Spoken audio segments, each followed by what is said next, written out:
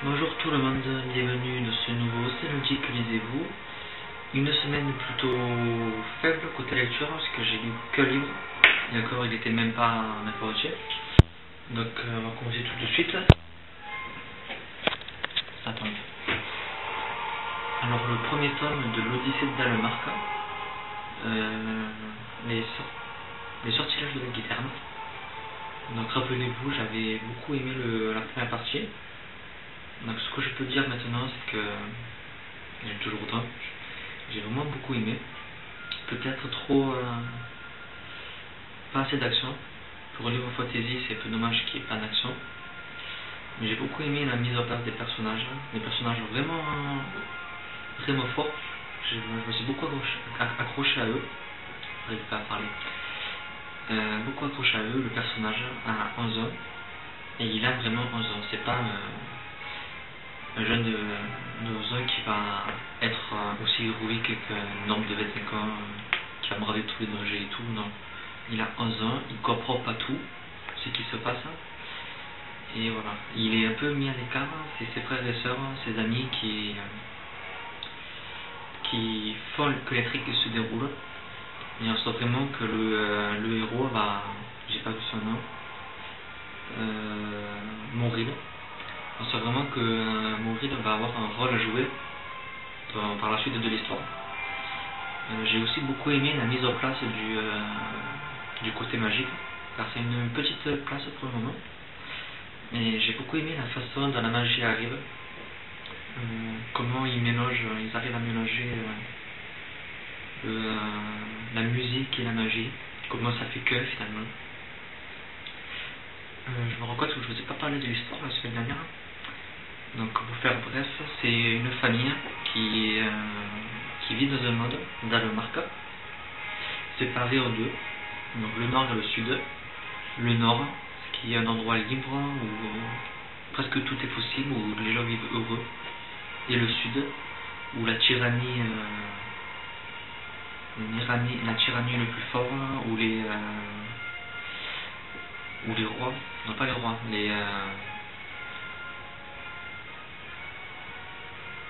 j'ai perdu le mot. Enfin, voilà, où les chefs, les sous-rois sont les plus forts, où tous les jours c'est un nouveau jour où il faut survivre, où il faut réussir à se nourrir. Et eux ils viennent du sud, et leur façon de vivre c'est de voyager dans toutes les villes et chanter. Donc certains sont la guitare, mourir, certains chantent, ils vivent leur vie comme ça. Et un jour, son père va se faire assassiner sous ses yeux, sous les yeux de toute sa famille. Et le père de Mouril va lui donner sa guitare en lui disant qu'il sera capable de prendre des choses avec. Donc, capable de quoi, qui c'est qui l'a tué. Tout est là, j'ai vraiment beaucoup aimé. Voilà. Il y a 4 tomes si je m'abuse. Et vu comme je vous en avais pas parlé mardi dernier, l'auteur est décédé, mais je ne sais pas si la saga est terminée. Donc il faudra que j'aille voir, mais j'avais un peu cherché, je n'avais pas trouvé. Donc si jamais vous connaissez, si vous pouvez me renseigner, je vous remercie. Donc j'ai pas beaucoup lu, comme je vous disais. La semaine est passée très vite. Moi je me demande si on ne nous a pas arnaqué, si on ne nous a pas volé 2 jours sans qu'on s'en rende compte. Car je me rends compte que j'ai vraiment pas lu du tout.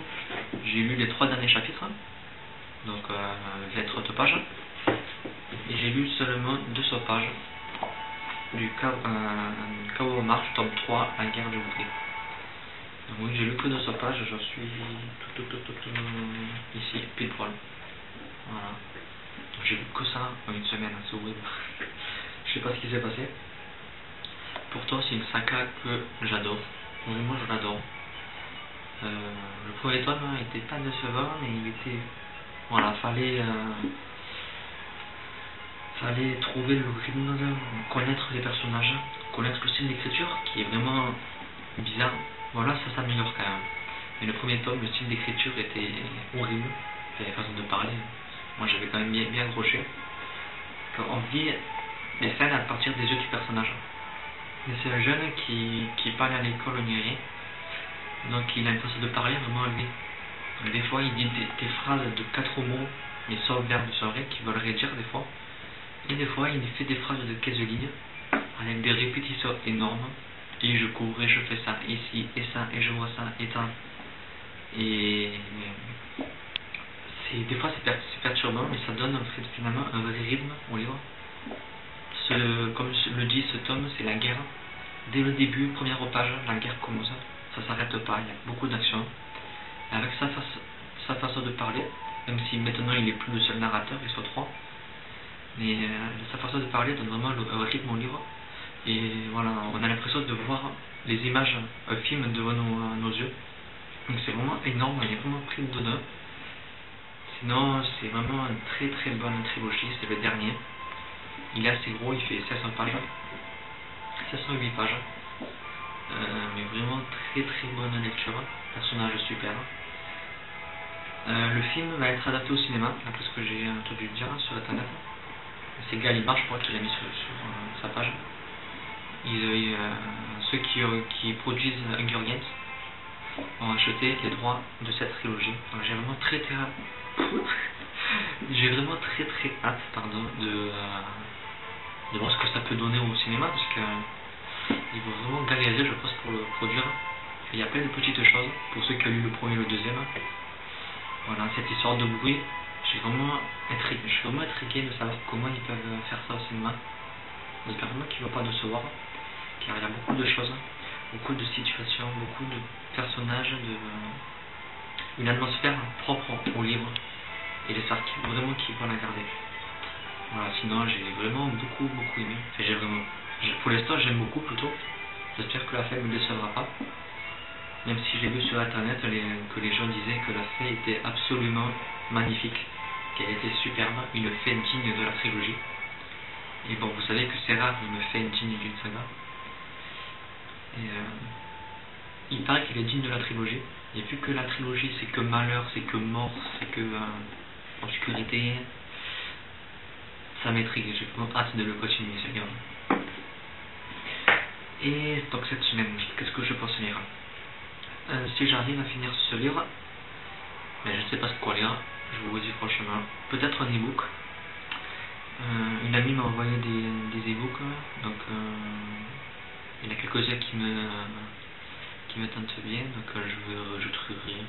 Ça sera selon mes goûts, selon mes humeurs. Voilà, donc je vous retiens pas plus, j'espère que vous allez passer une bonne semaine. Voilà, très mal commencé, vive la semaine. Donc on se dit à très bientôt, et je vous souhaite de bonnes lectures pour cette nouvelle semaine. Bye!